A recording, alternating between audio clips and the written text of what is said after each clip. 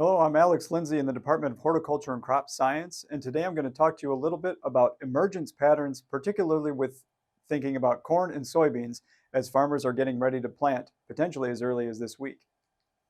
We know that the days suitable for field work throughout much of the Midwest have been going down over the last 30 years, largely due to some of our weather patterns. We're getting more frequent rain events or heavier rain events, which limits the number of days we can get into the field. And so farmers may end up pushing planting before a weather front comes through to ensure they get their crop planted, even if it could mean cooler temperatures or even heavy rain leading to standing water in those fields. Because if they don't get the crop in, they may not get it in for another week to 10 days. And we know that planting date is really important for corn and soybean growth and yield potential. But what could those implications be on germination and emergence? So let's think first about germination. The process of germination in seeds occurs kind of in three phases. The first phase is imbibition, where that seed is sucking up water from the soil and begins to swell. That's a physical process.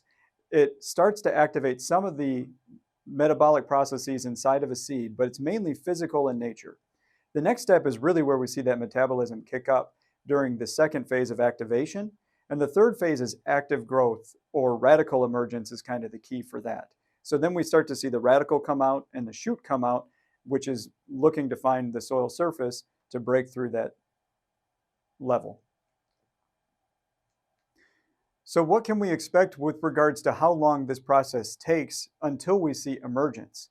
In corn, some of the work that we've done here at Ohio State suggests that 150 heat units accumulated in the soil environment is needed to get to about 50% emergence of our crop stand. 90% emergence occurs at roughly 180 soil heat unit accumulated heat units. And so what this means from a temperature perspective is that if we have warmer days or warmer soil conditions, this will happen in fewer calendar days.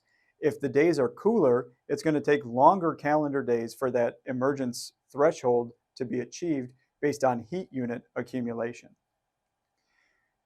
This uniformity of emergence is really key when we think about per plant yield, and that the plants that emerged within 3 days of one another didn't really see a yield penalty, but plants that came up after that period tended to have slightly lower yields than their early emerging partners in that field.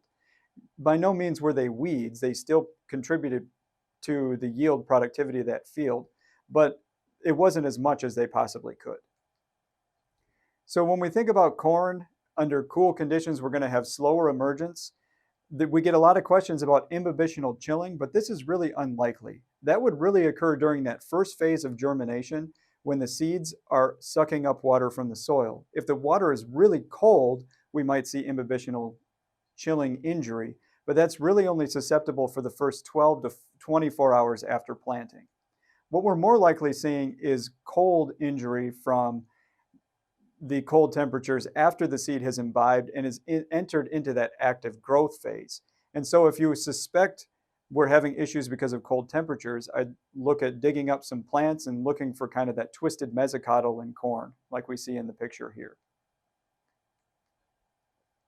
Other issues if we plant before a strong storm event could be that heavy rains deposit standing water on the field. This could lead to soil crusting in those environments, which is more challenging for plants to emerge through, but it could also lead to saturated soil conditions. If the temperatures are cool, corn tends to tolerate those better than if the temperature is hot. So hot, standing water is more detrimental to corn after planting than cooler conditions that have standing water. As long as that water recedes, though, those plants may still have a chance to emerge from the soil. When thinking about replanting decisions, consider the stand that you have, as well as your original planting date to make those determinations. In soybeans, our seeding rates tend to be a little bit higher, and so the emergence window ends up being a little bit more diffuse.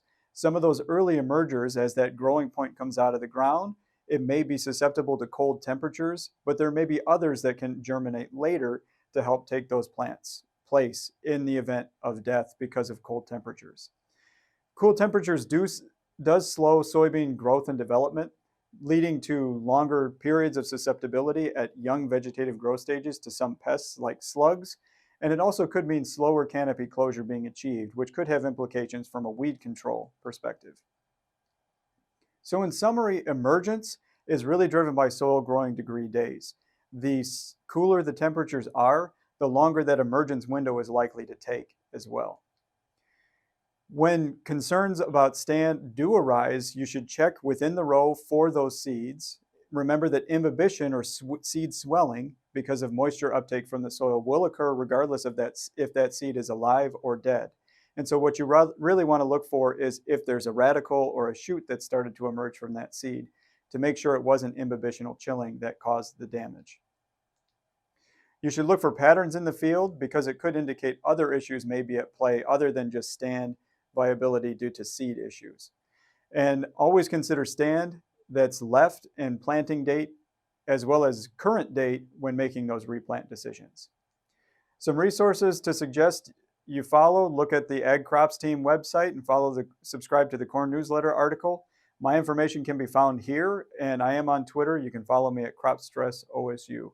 So thanks again to Laura and Osler for being part of the battle for the belt.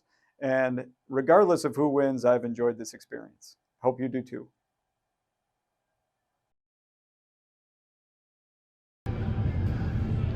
Hello, this is Mark Bodiger with Hardin County OSU Extension, and today I have Jason Myers with me. He's from Harrod, Ohio, which is actually in Allen County. And Jason, if I was to ask you the question, today is April the 7th. Do you prefer to plant corn first or soybean first, and what are your reasons? If conditions were fit, I would plant soybeans first. Biggest thing is I don't have a whole lot of people in my operations, mostly me, so I would start with soybeans first. I think they're more forgiving for weather that we could receive from now till May 10th. I just think that having them out earlier, they seem to do better and produce a healthier bean.